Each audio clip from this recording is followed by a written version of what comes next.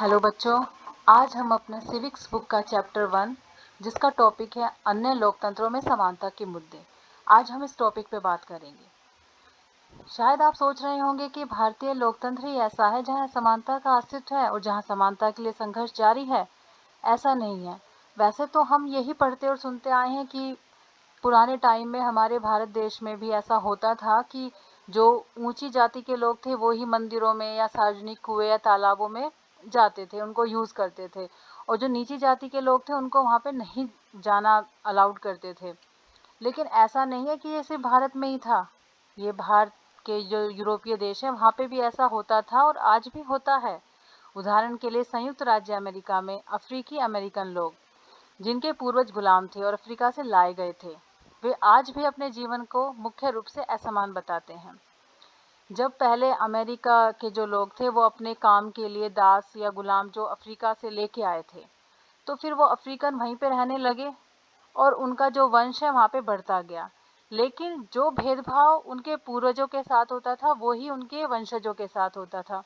उसका मेन कारण क्या था कि एक तो वो जो उनके वंशज थे, जिनके वंशज हैं वो दास थे, तो उनको भी दासों का दर्जा दिया गया। दूसरा कारण था कि वो रंग में काले थे, इस वजह से उनके साथ बहुत ही भेदभाव होता था। 1950 के अंतिम दशक में अफ्रीकी अमेरिकनों को समान अधिकार दिलाने के लिए आंदोलन हुआ था। इससे पहले अफ्रीकी अमेरिकनों के साथ संयुक्त राज्य में बहुत असमानता का व्यवहार होता था और कानून भी उन्हें समान नहीं मानता था। उदाहरण के लिए अगर कोई अफ्रीकी अमेरिकन बस में यात्रा कर रहा है और किसी गोरे आदमी को वहाँ पे उसकी सीट पे बैठना है, तो उस काले व्यक्ति को यानी कि अफ्रीकी अमेरिकन को वो सीट छोड़नी ही पड़ती थी। उसके लिए उसको मना नहीं कर सकता था, इतना उनके साथ भेदभाव होता था। और ऐसा ही एक दिन हुआ रोजा पार्क्स के साथ, जो एक अफ्रीकी अमेरिकन महिला थी। 1 दिसंबर 1955 को दिन भर काम करके थक जाने के बाद बस में उन्होंने अपनी सीट एक गोरे व्यक्ति को देने से मना कर दिया। उस दिन उनके इनकार से अफ्रीकी अमेरिकनों के साथ असमानता को लेकर एक विशाल आंदोलन प्रारंभ हो गया, जो नागरिक अधिकार आंदोलन कहलाया, सिविल राइट्स मूवमेंट। 1964 के नागरिक अधिकार अधिनियम ये नस्ल, धर्म और राष्ट्रीय मूल के आधार पर भेदभाव को निषेध कर दिया। इससे यह भी कहा है कि अफ्रीकी अमेरिकन बच्चों के लिए सब स्कूलों के दरवाजे खोले जाएंगे और उन्हें अलग स्कूलों में नहीं जाना होगा, जो विशेष रूप से केवल उन्हीं के लिए खोले गए थे। इतना होने के बावजूद भी अधिकांश अफ्रीकी अमेरिकन गरीब हैं। अधिकतर अफ्रीकी अमेरिकन बच्चे केवल ऐसे सरकारी स्कूलों में प्रवेश लेने की ही सामर्थ्य रखते हैं जहां कम सुविधाएं हैं और कम योग्यता वाले शिक्षक हैं, जबकि जो गोरे विद्यार्थी हैं वो निजी स्कूलों में जाते हैं या उन क्षेत्रों में रहते हैं जहाँ के सरकारी स्कूलों का स्तर निजी स्कूलों जैसा ही ऊंचा है। यानी कि इनके बच्चों का जो एजुकेशन सिस्टम है उसमें भी आप जो है एक भेदभाव देख सकते हैं कि उनको ये राइट नहीं है कि वो अच्छे प्राइवेट स्कूलों में या फिर जिन गवर्नमेंट स्कूल्स का स्टैंडर्ड बहुत हाई है उसमें वो लोग नहीं जा सकते हैं।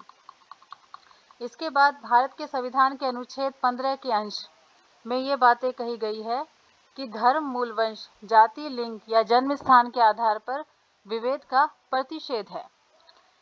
राज्य किसी नागरिक के विरुद्ध केवल धर्म, मूल वंश, जाति, लिंग, जन्म स्थान या इनमें से किसी के आधार पर कोई भेदभाव नहीं करेगा कि कोई काला है, कोई गोरा है, कोई हिंदू है, कोई दूसरी जाति का है, या फिर ये औरत है, ये आदमी है। ऐसा कोई भेदभाव किसी भी तरह से नहीं किया जाएगा।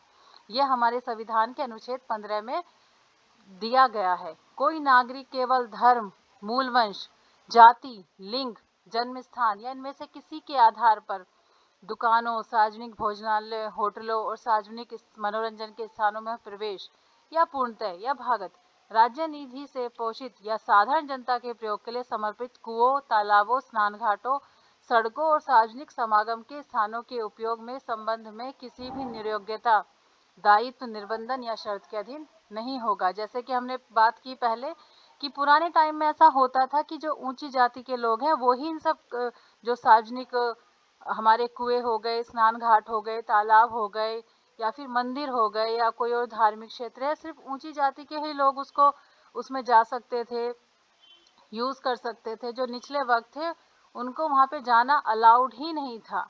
लेकिन अनुच्छेद 15 में ये सब चीज़ें वर्णित की गई कि अब ये सब चीज़ें सभी वर्गों के लिए, चाहे वो किसी धर्म का हो, किसी जाति का हो या किसी लिंग का हो या किसी भी स्थान से वो संबंधित हो। तो हमारे सामने जो है ये लोकतंत्र की चुनौती हमारा नेक्स्ट टॉपिक है। इसमें किसी भी देश को पूरी तरह से लोकतंत्रीय नहीं कहा जा सकता।